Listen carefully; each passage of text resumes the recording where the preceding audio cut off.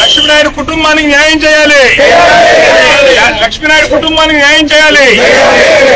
కేసుని నిష్పక్షపాతంగా దర్యాప్తు జరపాలి. కేసుని నిష్పక్షపాతంగా దర్యాప్తు చేయాలి. దోషులకు కఠినమైన శిక్ష పడాలి. దోషులకు కఠినమైన శిక్ష పడాలి. దోషులకు కఠినమైన శిక్ష పడాలి. ఈ రోజు మన కృష్ణా జిల్లా మన వెస్ట్ గోదావరి జిల్లా నుంచి కాపు సంఘం పెద్దలందరూ కూడా లక్ష్మీనాయుడు కుటుంబానికి సంఘీభావంగా వాళ్ళ కుటుంబ సభ్యుల్ని హాస్పిటల్లో పరామర్శించడానికి వచ్చారు.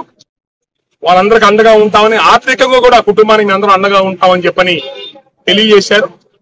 మేము రేపు శుక్రవారం పూట విజయవాడలో కమ్యూనిటీ కుల పెద్దలందరూ కూడా రౌండ్ టేబుల్ కాన్ఫరెన్స్ ఏర్పాటు చేస్తున్నాం.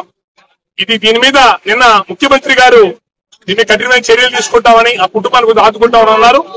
ముఖ్యమంత్రి గారిని ఈ విషయంలో ఆయనకి ధన్యవాదాలు తెలియజేస్తున్నాం. దీన్ని రాజకీయాలు చేయాలని కులంలో ఉన్న వాళ్ళు ఎవరూ రాజకీయాలు చేయాలనుకోవట్లేదు. దీన్ని రాజకీయం చేయాలని చూస్తున్నారు అంటున్నారు. వాళ్ళ ఈ ఇన్సిడెంట్ జరిగిన 10 రోజుల తర్వాత ఎవరు పట్టించుకోకపోతే మేము వచ్చి వాళ్ళకి పరామర్శించి ప్రెస్ స్టేట్మెంట్ ఇవ్వాల్సి వచ్చింది.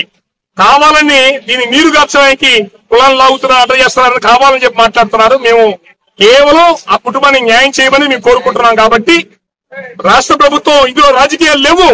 ఆ కేసు నిష్పక్షపాతంగా నిజాయితీగా దర్యాప్తు జరగండి, దోషులు శిక్షించండి. వాళ్ళకి ఇచ్చిన ప్యాకేజీ, ఆ కుటుంబానికి ఇచ్చిన ప్యాకేజ్ చాలు. ఒక నడువులు పడిపోయినాయి, ప్యాకేజ్ సరిపోదు. ఆ ప్యాకేజ్ కొంచెం వాళ్ళకి కావాల్సిన ప్యాకేజ్ ముఖ్యమంత్రి గారు దాన్ని పరిశీలించి మళ్ళీ కొంచెం పెంచాలని చెప్పని కోరుకుంటున్నాం. దీన్ని అవసరమైతే సిబిఐ దర్యాప్తుకి, జ్యుడిషియల్ ఎంక్వైరీకి ఇవ్వమని చెప్పని మేమని చెప్పని, పండించుకునే భూములు ఇవ్వమని చెప్పని మా రిక్వెస్ట్ తప్పది. రాజకీయం చేయాలని, కులాల పరంగా లాగాలని మా ఉద్దేశం కాదు. 10 రోజుల నుంచి ఏ ప్రింట్ మీడియా, ప్రెస్ మీడియా ఇది పట్టించుకోకపోవడంతో, ఎమ్మెల్యే వాళ్ళ ఇంటికి వెళ్ళకుండా పట్టించుకోకపోవడంతో మీరు రోడ్డు ఎక్కాను తప్ప దీన్ని రాజకీయాలు చేయాలనే ఉద్దేశం మాకు లేదు.